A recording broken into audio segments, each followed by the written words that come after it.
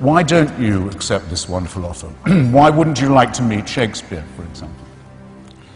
I mean, I don't know if you really think that when you die you can be corporeally reassembled and have conversations with authors from previous epochs. It's not necessary that you believe that in Christian theology, and I have to say it sounds like a complete fairy tale to me. The only reason I want to meet Shakespeare, or might even want to, is because I can meet him any time, because he is immortal in the works he's left behind.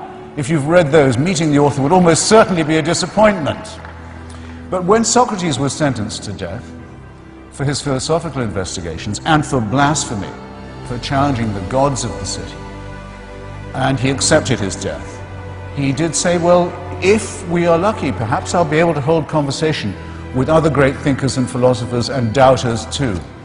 In other words, that the discussion about what is good, what is beautiful, what is noble, what is pure and what is true could always go on. Why is that important? Why would I like to do that? Because that's the only conversation worth having. And whether it goes on or not after I die, I don't know. But I do know that it's the conversation I want to have while I'm still alive. Which means that to me, the offer of certainty, the offer of complete security, the offer of an impermeable faith that can't give way, is an offer of something not worth having.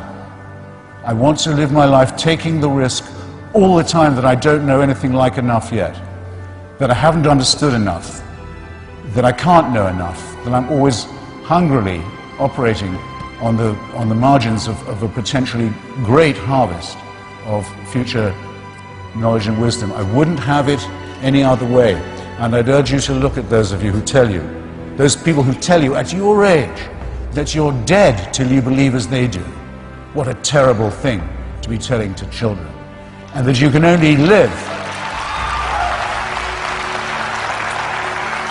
and that you can only live by accepting an absolute authority. Don't think of that as a gift. Think of it as a poisoned chalice. Push it aside, however tempting it is. Take the risk of thinking for yourself.